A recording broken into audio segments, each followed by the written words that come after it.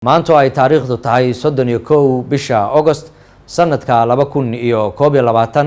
waxa uu madaxweynaha Jamhuuriyadda Federaalka Soomaaliya mudane Maxamed Cabdilaahi Farmaajo warqadaha aqoonsiga danjiranimo ka gudoomay safiirada dalalka Jamhuuriyadda Tanzania mudane John Simbachawene iyo safiirka cusub ee Jamhuuriyadda Angola mudane Sianga Kivowela Samuel Abilio ugu horeynba danjirayaasha cusub waxay madaxweynaha Jamhuuriyadda soo gaarsiiyeen dhambaal iyo salaan ay ka wadaan madaxweynayaasha dalalka Tanzania iyo Angola waxay sidoo kale ka mahadnaqeen soo dhaweynta diiran ee dawladda iyo shacabka Soomaaliyeed ay u muujiyeen iyaga oo soo bandhigay qorshayaashooda horumarinta xidhiidhka dalalkoodu ay la leeyihiin dalka Soomaaliya gaar ahaan iskaashiga dhaqaale horumarinta diblomaasiyadda iyo isu socodka shucuubta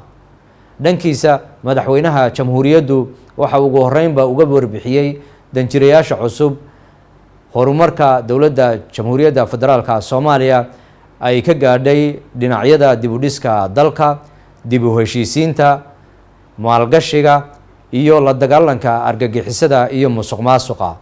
waxa sidoo kale madaxweynaha jamhuuriyaddu uu ugu hambaliyay safiiradan cusub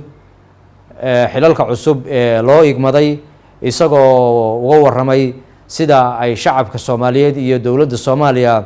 ay ugu fidinayso soo dhaweyn ku aadan shaqooyinka ay hayaan ee diblomaasiyadeed